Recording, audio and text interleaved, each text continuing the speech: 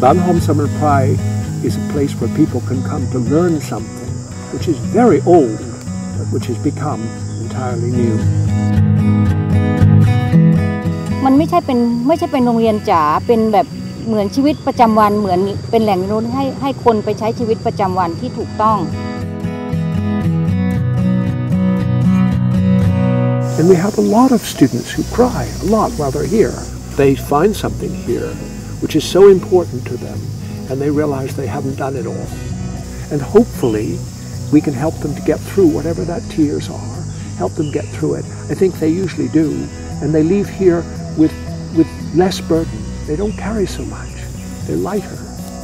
So it's become, Ban Hom Saman Prai is a home for many people all over the world.